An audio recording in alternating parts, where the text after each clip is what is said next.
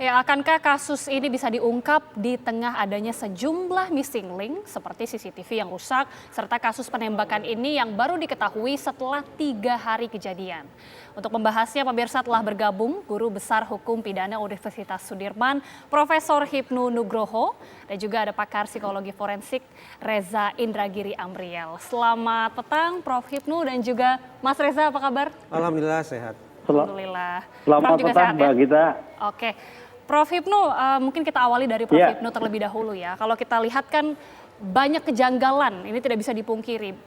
Masyarakat atau media juga tentunya menyoroti ada banyak kejanggalan-kejanggalan. Tapi kalau dari Prof sendiri kan kemudian mengungkapkan bahwa seharusnya kasus ini dilihat dari pendekatan triangle theory atau teori triangle.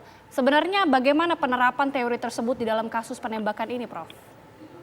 Ya, triangle teori kaitannya dengan 3 pembuktian. Itu kalau kita dalam bukunya itu ilmu pengungkapan suatu perkara, Mbak. Jadi pengungkapan perkara itu kita kemarin kan dari kasus ini sudah ditemukan barang bukti. Barang bukti peluru, senjata, ya kan, kemudian saksi yang lain. Kemudian TKP.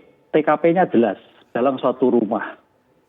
Tidak kemana-mana. Nah, barang bukti dan TKP ini akan menjelaskan. Tapi memang sayang ada missing link yang 3 hari ini. Sehingga dalam konteks barang bukti dan TKP ini nanti kita akan mengkerucut siapa yang jadi tersangkanya. Makanya kemarin kita nggak menyalahkan. Hipotesa pertama Polri mungkin sudah ke arah X. Itu baru hipotesa.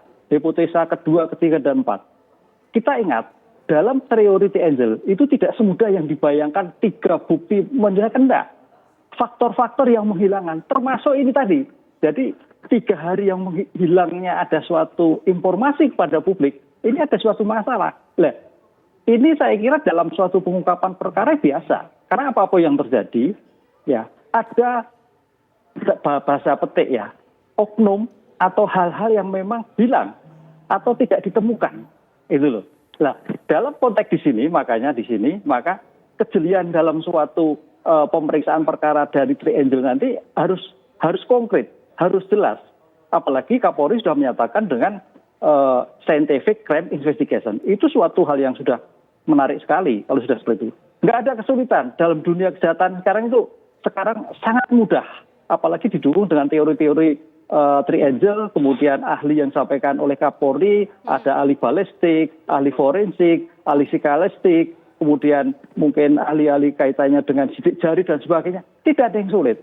Cuman sekarang bagaimana mengkonstruksikan di sini sehingga dalam 3 hari missing link ini teori triangle itu bisa mengarah kira-kira potensi yang menjadi tersangka siapa.